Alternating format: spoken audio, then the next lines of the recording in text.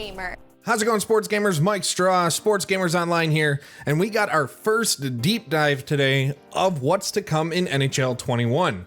Now, if you missed a general overview of all the new features coming to this year's game, link in the description below to that video. But for now, we're going to focus on NHL 21 and the world of Chel. Now, there's a lot of new features coming, quite a bit new tweaks, and we're just going to go through the blog post and we're going to talk about it.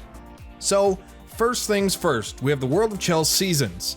With NHL 21, the team at EA plans to have what they're saying 6 seasons in total, each lasting between 6 to 8 weeks. Now, during the season, players will be able to increase their personal skill-based player rank, and then during the final 2 to 3 weeks of the season, the club finals begin, which is a new take on the EA SHL playoffs, and there's more in the blog posting later on. Now, once the season ends, there'll be several days taken for the team to audit the leaderboards for accuracy and to make sure there were no funny business before they give out end-of-season awards to teams and players. The player rank is going to reflect your skill on the ice, with separate ranks for the various World of Chel modes, like your EA SHL clubs, drop-ins, 1s, and 3s eliminator. Now, in order to get a player rank, you'll have to reach your player to level 10 and then play through the required placement games in order to determine your initial rank. Overall, there's going to be 6 tiers: bronze, silver, gold, platinum, diamond, and elite, with each of those tiers having 3 levels of ranks in between them for a total of 18. So if you've played games like Rocket League, for example, it's that type of system, except it's for the world of Chel. As far as keeping your ranking is concerned, you'll always keep the highest rank you achieve in the season, meaning you won't go down. If you get to an elite, you're an elite. So if you lose some games, you're not going to falter. The rank, again, will be separate for each of the different World of Chel game modes, so you could be an elite in the EASHL, but be low tier bronze or unranked completely in 1s or drop-ins. And at the end of each season, you'll earn your rewards for the highest rank achieved in any of those modes, and those rewards are going to be things such as hockey bags for your players, some XP, and things of that nature. Now, Club Finals, which is the new take on the EASHL playoffs. Again, as mentioned, it'll take place during the last couple weeks of a season, and all ESHL clubs will participate in the championships, which will be held outdoors in Carter Lake, which is a brand new outdoor rink in front of a hotel. The clubs will compete for the cup that corresponds with their online season division. The higher the division, the more prestigious the cup they compete for. As you can see, there's different cups you can earn: the Rookie, Pro, All-Star, Superstar, and Elite. They all look the same from a general design, except they get taller and change colors and more detailed as you go along. Per season, there will only be one 3v3 and 6v6 champion. That said, there will also be rewards for your club no matter where you finish, such as club banners for your home arena and logos that you can even put on your jersey as shoulder patches, which is a nice way to showcase what your team has done in the past and kind of show your prestige to any maybe potential new players you want to bring into your club. So moving on to what I personally think is the biggest feature to come out of the news for the world of Chel, and that's practice mode. I've put it in every single wish list for years, and it's at the point where it's finally happening, and I couldn't be more thrilled. So there's going to be 3 different offerings to practice in NHL 21 World of Chel. The open practice will allow your team to play on the offensive side, shooting on either an AI goalie or a human-controlled goalie that'll allow them to get some practice in before taking it right to the games. And you can kind of think of it as the warm-ups before actual games that you see when teams come out about a half hour before the game's set to start.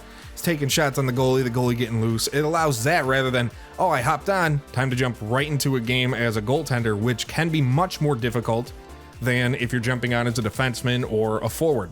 Club Scrimmage really takes that practice to a whole nother level by allowing you to play against a team of AI players with full EASHL rules. The room leader will be able to change the difficulty to suit your team's challenge level, and this is going to go a long way in tryouts and adding new players to your club, maybe thinking of who should be the main 5 or 6 on your club team, and figuring out things there. Lastly, Free Skate will allow you to play as either a skater or goalie, controlling one to test out your loadout or player class, practice your deeks, and try out some new skills or gameplay elements in NHL 21. You'll be able to free skate from the edit loadout screen in the World of Chel hub. Whether or not you're in a club, it doesn't really matter, but if you are in a club, you load into your club arena, while free agents will load into an outdoor rink. So now we're going to get into something that wasn't really mentioned in the initial announcement of the features, but that's a rework of the game's trait system in the World of Chel. All traits will now have two variations, blue and purple, with both variations sharing the same high impact bonuses, but ask for different trade-offs instead. So the example they used in this posting was, in order to have more wrist shot power, should I sacrifice stamina and affect my two-way game, or should I sacrifice balance and have a harder time getting into the slot? So these will allow you to fine-tune the builds according to your playstyle, while still keeping the system balanced enough so that everybody, no matter their level, will be able to play on a level playing field, so that just because you haven't played for hours upon hours upon hours doesn't mean you'll be on a lesser chance of finding success on the ice than someone who has played maybe 3, 4, 5 times the amount of NHL as you. Now, as far as these traits go, you'll be able to earn more as you level up, which really isn't all that new. But what is new is that they'll be introducing new traits at the start of each season to keep things, as they call, interesting during the entire year. Meaning that just because a trait is available in season 1 or 2 doesn't mean it's always going to be there in season 3, 4, 5, and 6. So those are all the big changes coming to the World of Chel, but there were some smaller, as the development team put, quality of life improvements. Now, these all come from community feedback over the past year and should make for a better experience overall for players. Starting with One's Eliminator, they've removed one round from the One's Eliminator tournament to streamline the experience and reduce matchmaking times in the higher rounds, which now turns the tournament into a best of 27 players. Now in the recent games list for threes dropping in club games, there'll be more details into the team versus team stats, and you'll be able to view all of the players participating in those games and the stats they earned during that game. For private games, such as those in third-party independent leagues, you can now have server selections for the club's 3v3 or 6v6 dressing rooms that'll allow you to choose the most stable server based on the location of the parties involved. Another thing that was also added, which it kind of surprises me that it took this long, is that users will be able to control the extra attacker when a human goalie gets pulled. So if you're late in the third and your goalie skates to the bench for the extra attacker, usually it would have been an AI skater while the user just doesn't play. Now that user controls the extra attacker, which should open up more chances to make that late game comeback. There's also been a menu restructure of the World of Chel. One of my biggest things has been the menu always being slow and laggy and kind of confusing. But now, according to EA, it's going to be more streamlined and easier to find things than ever before. And then lastly, there are new stat categories to help open up the ideas to track your performance and, as EA says, scout new players for your EASHL club. Some of these stat categories, as you can see on the screen, include passes, pass attempts, your pass percentage, your shot on net percentage, interceptions, saucer passes, deflections, hits per game, penalty shots, breakaways, and more.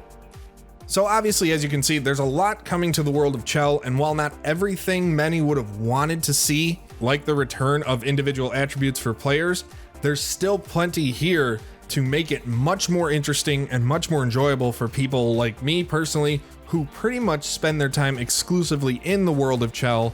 Obviously, the biggest new addition to me, as I said earlier, is the addition of the practice mode in the World of Chel. But now I want to pass the question off to you.